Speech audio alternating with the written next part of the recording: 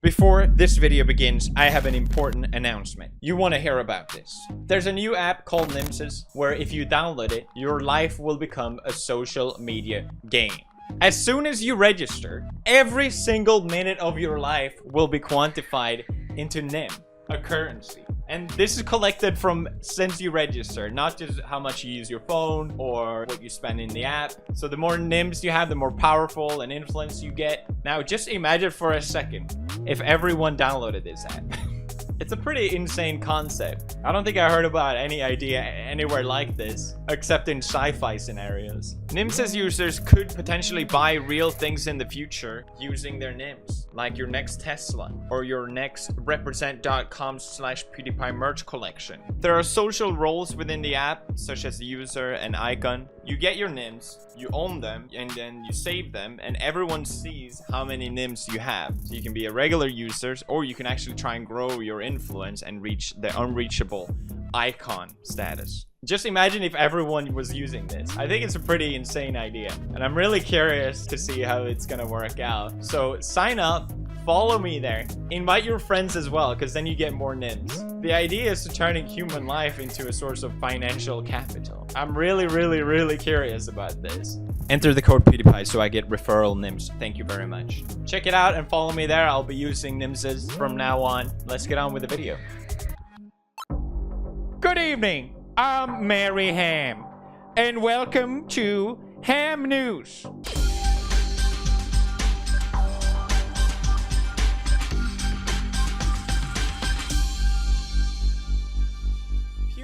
First of all, Mary Ham News have reached the highest ratings it has ever gotten. Oh boy, all the comments have been so supportive. No one likes you, Mary Ham. I'm not a fan of Mary Ham. No, I refuse to watch with Mary Ham. I think Mary Ham needs to be there. I hate you. I hate you, Mary Ham. Get Poppy Gloria back. Poppy Gloria is dead, okay? She did an oopsie. Get it into your thick skulls already. She ain't coming back. Yes, I may have killed her, but that doesn't prove I'm innocent. Now let's get into the news. Our first story comes from Kz, who has now responded to Deji, his brother, calling him out in not just one video, but 2 videos. And KSI has now finally responded. So you thought going on Logan Paul's podcast to talk about me was the best way to branch out from my bro. If you went on there to talk about something else, then fine. But you didn't. It was all pretty much about me. The best way, Didge, to branch out from me is to not talk about me at all. And then on top of that, make good quality content that your fans would enjoy. Does he have a god complex? Is it an ego? Yeah, that's what I mean. Like, his ego is insane. His diss track to Quadeca, he compared himself to Ares. Bruh! Maybe Deji has some points that are fair. Maybe KSI wasn't great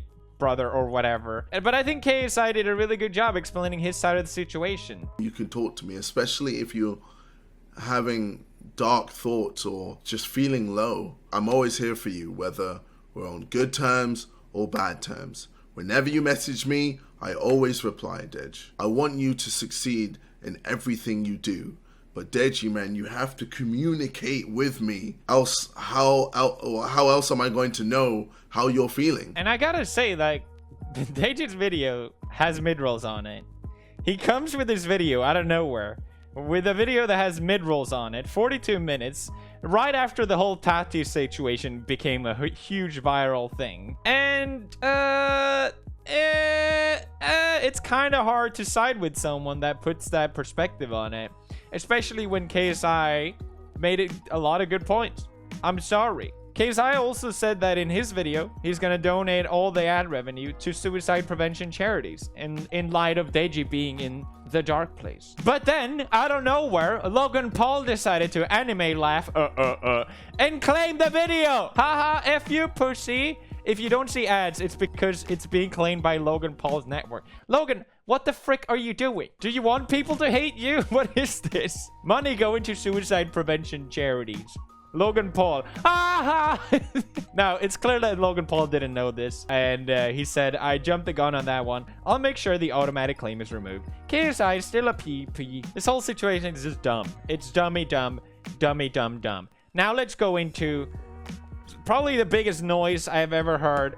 Jesus. And it's about the Steven Crowder versus Carlos Maza situation. Put this head here and the other head here. Here they are. It all started with Vox News reporter Carlos Maza, who wrote in his Twitter, "So I have pretty thick skin when it comes to online harassment, but something has been really bothering me." He pointed out how whenever Steven Crowder debunks his videos, he also ridicules his sexual orientation and ethnicity. Before we get to the video, with our favorite lispy sprite from Vox. It's ridiculous. It's bonkers. You're being given a free pass as a crappy writer because you're gay. That center line on his little queer graph there. What is Well, that now line? the graph is queer? Violence, filth. Okay, so the little queer could eat his chips all nonchalantly. It's code for rape, Mr. Queer eating chips on the Vox channel. Chip, chip, chip, chip, but you can eat just one. Like dicks. This is what Mr. Gay Vox wants to do. Mr. Lispy Queer from Vox. Now, Steven Crowder, for those of you who don't know, is a right-wing YouTuber. And apparently, according to himself, he's the biggest conservative channel on YouTube. Wait, is that true? How many does Ben Shapiro have? 1.7? Bruh. Maza also pointed out how he got doxxed and he got a bunch of text messages saying debate Steven Crowder. Now I blurred the numbers, but I like how Maza complains about being doxxed and then he doxes all these people. Regardless, he also points out how YouTube's policies against harassment and bullying are not aligned with the comments that Steven has said about him. That being said, I'm not mad at Crowder. Well, that's a f***ing lie. Are you sure about that? But he does raise a good point. I mean, I haven't even seen this. Content that is deliberately posted in order to humiliate someone. Content that makes hurtful and negative personal comments, videos about that person. That's so vague. But it does apply, doesn't it? He does have a point. Carlos also pointed out how Steven Crowder sells a shirt that says socialism is for figs, although it's one of those edgy jokes that it can be interpreted either way, and he sees it as socialism is for fags. Now, this shirt will be important later. Okay, so let's just remember this shirt for now. I have to say, I think it is good that Maza speaks out. There is a problem with people. There is a big issue online where people with audiences criticize each other, which they should be able to do. But then the audience joins in and makes the whole place toxic with harassment, doxing, etc. of these individuals. This is obviously not okay. And if anyone ever does it for me, then you can eat the fat lard, okay? I want nothing to do with you. Obviously, most people don't want this. Crowder has spoken out against this as well, but it is a larger issue that nonetheless deserves to be brought up. So, I think it's good he spoke out. However, the timing of all this is pretty interesting.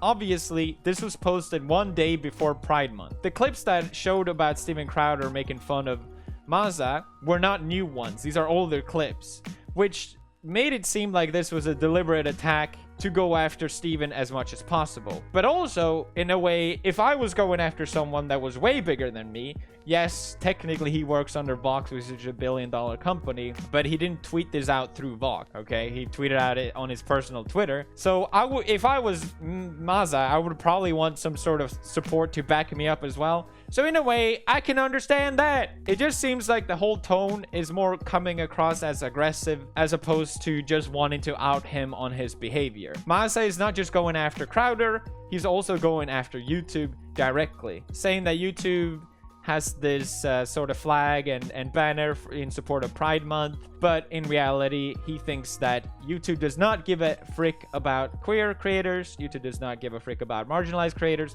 YouTube does not give a frick about diversity or inclusion, YouTube wants clicks, YouTube wants clicks, YouTube wants click. Now, this is either willfully ignorant or just ignorant, okay? YouTube doesn't want clicks, okay? YouTube has plenty of clicks. YouTube has a goddamn monopoly of clips. They don't need more clicks. I don't know how you can come to this conclusion. Anyone working in the industry knows this. YouTube wants to avoid at all costs a scandal that will make them lose advertisers, which is obviously what is trying to get stirred up here. At least that's what it seems like to me. And so it did. Washington Post posted, a right-wing YouTuber hurled racist homophobic taunts at a gay reporter. The company did nothing. Vice News saying Google says right-wing YouTube star can continue his racist and homophobic abuse. These are some pretty hefty headlines. YouTube decides that homophobic harassment does not violate its policies. YouTube may allow hate speech if it's part of a larger argument. Yikes. They put yikes in the title? That's a yikes for me. Now, I don't think I've said this, but I don't agree with Steven's comments against Masa. Yes, I'm probably not the right person to criticize what someone says. And yes, worse things are said almost every day on YouTube. Honestly, you could not pay me to wear one of these shirts. YouTube's response to this has been very interesting because it's come in 4 waves. Number 1, first YouTube says, actually, we reviewed all Steven's content and we came to the conclusion opinions can be deeply offensive, but if they don't violate our policies, they'll remain on our site. So basically, YouTube saying, we looked into it, they don't violate the policies. And it seemed like that was gonna be it. But then YouTube, Omaewa Moshinderude, out of nowhere, and said, update on our continued review. We have suspended this channel's monetization. Basically demonetizing Steven Crowder's entire channel. We came to this decision because of a pattern of egregious actions has harmed the broader community and is against our YouTube partner program policy. This was not enough for Carlos, at least, and he criticized this decision by saying that he is selling merch that says socialism is for fags, and YouTube is basically enabling this. And then YouTube responded to say, in order to reinstate monetization, he will need to remove the links to his t-shirt. And I think Steven has done that already, actually. But then YouTube made another update. Jesus Christ. Sorry for confusion. This channel is demonetized due to continuous blah blah blah. To be reinstated, he will need to address all issues with his channel. All issues will be addressed, apparently. To top all of this back and forth response from YouTube, first saying, oh, we're fine with this, then saying, you know what, it's all demonetized. To top all of this off, YouTube, out of nowhere, decided that they're gonna announce their new policies against hate speech. YouTube, on their official blog, said, our ongoing work to tackle hate. The same day. The same goddamn day they did this. This left a lot of people confused, okay? A lot of people seem to think that these two events are coincide. Is that a word? Sure. YouTube has been planning this for a long time, okay? They don't just change their policies on a whim. Although, I guess they have in the past, actually. Basically, what this new policy is saying is that they're gonna strike harder on hateful content. Saying that they're gonna remove hateful and supremacist content from YouTube. Saying that they're gonna prohibit videos alleging that a group is superior in order to justify discrimination. And they're gonna remove videos denying well-documented violent events. And I gotta say, I'm all for this. This is a good update. I don't really have a problem with this. Previously, YouTube has dealt with this type of content and at putting it in a locked state where basically you can't engage with the video, no comment, no likes, no nothing. It's still technically on the site, but not really. But now they're striking harder on it and saying, okay, we're just gonna remove it. And great, sure. Remove hateful content, I don't care. But this led a lot of people thinking, okay, this is because of Carlos' thing. And now, because of him, all these channels are getting demonetized. Now, because of this, it seemed like journalists that were posting videos in the context of criticizing this type of content got striked as well. Even this history channel got demonetized completely and banned for hate speech because apparently it had some Nazi propaganda speeches in it. I'm devastated to have this claim leveled against me and frustrated that 15 years of material for history teacher community had ended so abruptly. Jesus Christ. In update to this, they did reinstate his channel, but why the hell does this always happen?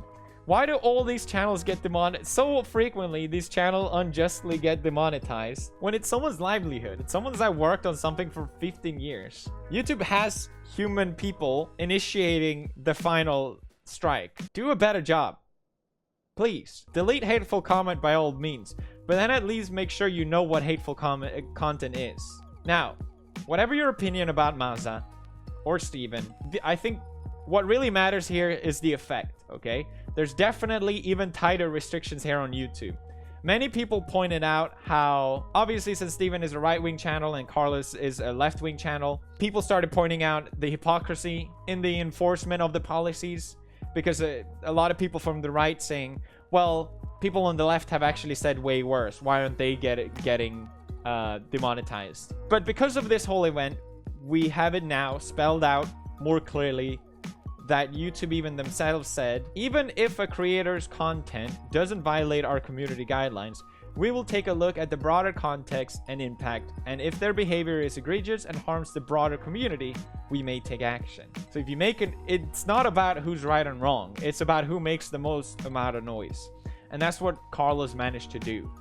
Again, I don't agree with Steven's comment about it, but if YouTube, it's so bizarre to me how it's not about what policies it is, because the policies against harassment and bullying would take down way more content than just this. It happens all the time on YouTube. Final note, as someone who's been attacked by the mainstream media, Steven is most likely just going to benefit from all of this happening.